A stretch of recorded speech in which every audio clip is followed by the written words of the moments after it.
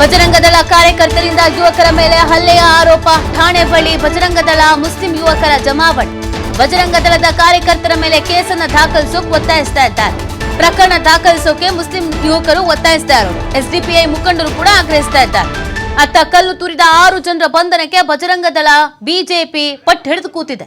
2 ಗುಂಪುಗಳನ್ನ ಸಮಾಧಾನ ಪಡಿಸೋಕೆ ಪೊಲೀಸರು ಹರಸಾಹಸ ಪಡಬೇಕಾದಂತ ಪರಿಸ್ಥಿತಿ. ಈ ಕಡೆ ಮುಸ್ಲಿಂ ಯುವಕರು ಇಬ್ಬರನ್ನ ವಶಕ್ಕೆ ಪಡ್ಕೊಂಡು ಇವರು ಹಲ್ಲೆ ಮಾಡಿದಾರೆ, ಇವ್ರು ಯಾರು ಅದನ್ನ ಮಾಡೋದಕ್ಕೆ ಅಂತ ಅವ್ರ ಪ್ರಶ್ನೆ. ಇನ್ನೊಂದ್ ಕಡೆಯಲ್ಲಿ ಕಲ್ಲು ತೂರಾಟ ಮಾಡ್ತಾ ಇದ್ದಿದ್ ಗೊತ್ತರ ಸುಮ್ಬಿಡ್ಬೇಕಾ ಅಂತ ಇವ್ರ ಪ್ರಶ್ನೆ. ಒಟ್ನಲ್ಲಿ ಪೊಲೀಸರು ಇದೀಗ ಬ್ಯಾಲೆನ್ಸ್ ಮಾಡ್ಬೇಕು. ಇವತ್ತು ಕೇಳಿದ ತಕ್ಷಣ 3-4 ಜನ ಓಡೋಗ್ತಾರೆ, ಒಬ್ಬನ ಅರೆಸ್ಟ್ ಮಾಡಿ ಕೊಟ್ಟಿದ್ದಾರೆ. ಇವತ್ತು ಇವ್ರಿಗೆ ಯಾಕೆ ಈ ಪರಿಸ್ಥಿತಿ ಬಸ್ ಸ್ಟೇಷನ್ ಆಗ್ತಿದೆ ಅಥವಾ ಒಟ್ಟು ಟೌನ್ ಅಲ್ಲಿ ಯಾಕೆ ಪೊಲೀಸ್ ವ್ಯವಸ್ಥೆ?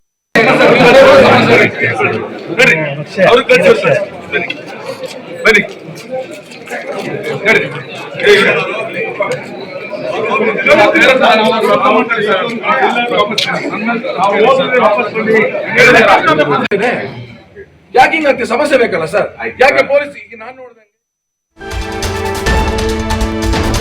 ಸುಧಾ ಎಂಬುವರ ಮನೆಯ ಮೇಲೆ ನಿರಂತರವಾಗಿ ಕಲ್ಲು ತೂರಾಟ.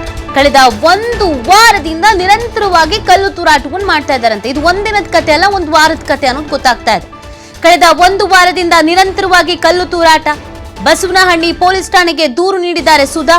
ಬಸವನಹಳ್ಳಿ ಪೊಲೀಸ್ ಠಾಣೆ ಮುಂದೆ ಉದ್ವಿಗ್ನ ವಾತಾವರಣ ನಿರ್ಮಾಣ ಆಗಿದೆ. ಬಸವನಹಳ್ಳಿ ಠಾಣೆಗೆ ಹೆಚ್ಚುವರಿ ಪೊಲೀಸರನ್ನು ನಿಯೋಜನೆ ಮಾಡಲಾಗಿದೆ. ಮತ್ತೊಂದು ಕಡೆಯಲ್ಲಿ 2 ಮುಸ್ಲಿಂ ಯುವಕರು ಆಸ್ಪತ್ರೆಗೆ ದಾಖಲಾಗಿದ್ದಾರೆ. ಚಿಕ್ಕಮಗಳೂರು ನಗರದ ಮಲ್ಲೇಗೌಡ ಜಿಲ್ಲಾಸ್ಪತ್ರೆಗೆ ದಾಖಲಾಗಿದ್ದಾರೆ. ಬಜರಂಗದಳ ಬಿಜೆಪಿ ಕಾರ್ಯಕರ್ತರಿಂದ ಹಲ್ಲೆ ಅಂತ ಅವರು ಆರೋಪಿಸ್ತಾ ಇದ್ದಾರೆ. ಆಸ್ಪತ್ರೆ ಬಳಿಯೂ 100 ಮುಸ್ಲಿಂ ಯುವಕರು ಜಮಾವಣೆಗೊಂಡಿರೋದು. ಆಸ್ಪತ್ರೆಯ ಬಳಿ ಪೊಲೀಸರ ನಿಯೋಜನೆ, ಬಿಗಿ ಭದ್ರತೆ. ನಮ್ಮ ವಿಜಯಪುರದಲ್ಲಿ ಮನೆ ಇನ್ಸಿಡೆಂಟ್ ಆದ್ಮೇಲೆ ಒಂದು ಜಿಪ್ ಬಂತು, ಆಯ್ತು, ಅಲ್ಲಿ ಬಿಡು ನೀವು ಪ್ರತಿ ನಮ್ಮ ಮನೆ ನಮ್ಮ ಪೊಲೀಸ್ ಅದಾದ್ಮೇಲೆ ಮನೆ ಇನ್ಸಿಡೆಂಟ್ ಮಾಹಿತಿ ನೀಡ್ತಾರೆ ಇದ್ರ ಬಗ್ಗೆ ನಮ್ಮ ಪ್ರತಿನಿಧಿ ಪ್ರಕಾಶ್. ಈ ಪ್ರಕರಣದ ಹಿನ್ನೆಲೆ ಏನು? ಈಗ ಅರೆಸ್ಟ್ ಮಾಡಿದವರು ಏನ್ ಹೇಳ್ತಾರೆ? ಆಸ್ಪತ್ರೆಯಲ್ಲಿ ಇರೋರ ಕತೆಗೇನು? ಚಿಕ್ಕಮಗಳೂರಿನ ಹಿಂದೂಗಳ ಮನೆಯ ಮೇಲೆ ಕಲ್ಲು ತೂರಾಟ ನಡೆಸಿದ್ದಾರೆ ಅನ್ಯ ಕೋಮಿನವರು ಎಂಬುವ ಆರೋಪ ಈಗ ಸದ್ಯಕ್ಕೆ ಕೇಳಿ ಬರ್ತಾ ಇರುವಂತದ್ದು. ಅಂದ್ರೆ ಕಳೆದ 1 ವಾರದಿಂದಲೂ ಈ ರೀತಿಯಾದಂತಹ ಅನ್ಯ ಕೋಮಿನ ಯುವಕರು ಮನೆಯ ಮೇಲೆ ಕಲ್ಲು ತೂರಾಟ ನಡೆಸಿದ್ದಾರೆ ಅನ್ನುವ ಆರೋಪವನ್ನ ಸದ್ಯಕ್ಕೆ ಬಜರಂಗ ದಳದ ಕಾರ್ಯಕರ್ತರು ಈಗಾಗಲೇ ಮಾಡ್ತಾ ಇರುವಂತದ್ದು. ಇಬ್ಬರನ್ನ ಹಿಡಿದು ಬಸವನಹಳ್ಳಿ ಪೊಲೀಸರಿಗೆ ಈಗಾಗಲೇ ಒಪ್ಪಿಸಿದ್ದಾರೆ ಅಲ್ಲಿನ ಬಜರಂಗ ದಳದ ಕಾರ್ಯಕರ್ತರು. ಜೊತೆಗೆ ಏನು ಪೊಲೀಸರು ಬಂದಂತಹ ಸಂದರ್ಭದಲ್ಲಿ ಒಂದಿಷ್ಟು ಮಾತಿನ ಚಕಮಕಿ ಕೂಡ ಈಗಾಗಲೇ ಆಗಿರುವಂತದ್ದು. ಎಸ್ಡಿಪಿಐ ಮುಖಂಡರು ಮತ್ತೆ ಒಂದು ಕಡೆ ಬಜರಂಗ ದಳದ ಕಾರ್ಯಕರ್ತರು, ಇನ್ನೊಂದು ಕಡೆ ಅನ್ಯ ಕೋಮಿನ ಸಮುದಾಯದವರು ಯುವಕರು ಕೂಡ ಜಮಾವಣೆ ಆಗಿದ್ರು.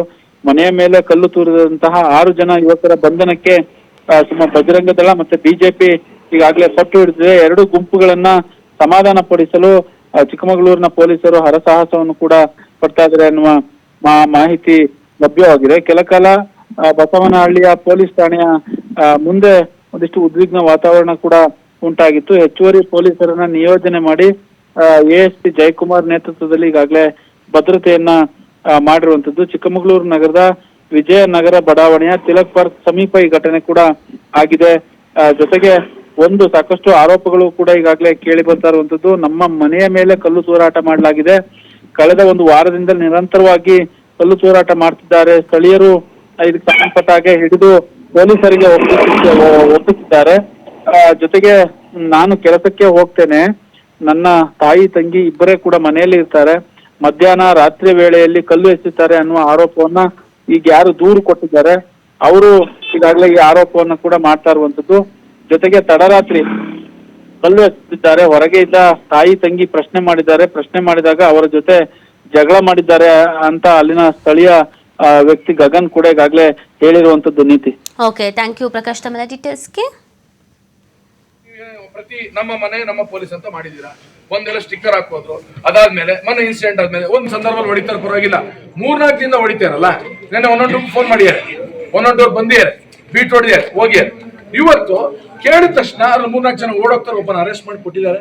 ಇವತ್ತು ಇವ್ರಿಗೆ ಯಾಕೆ ಈ ಪರಿಸ್ಥಿತಿ ಬಸ್ ಸ್ಟೇಷನ್ ಆಗ್ತಿದೆ ಅಥವಾ ಒಟ್ಟು ಟೌನ್ ಅಲ್ಲಿ ಯಾಕೆ ಪೊಲೀಸ್ ವ್ಯವಸ್ಥೆ?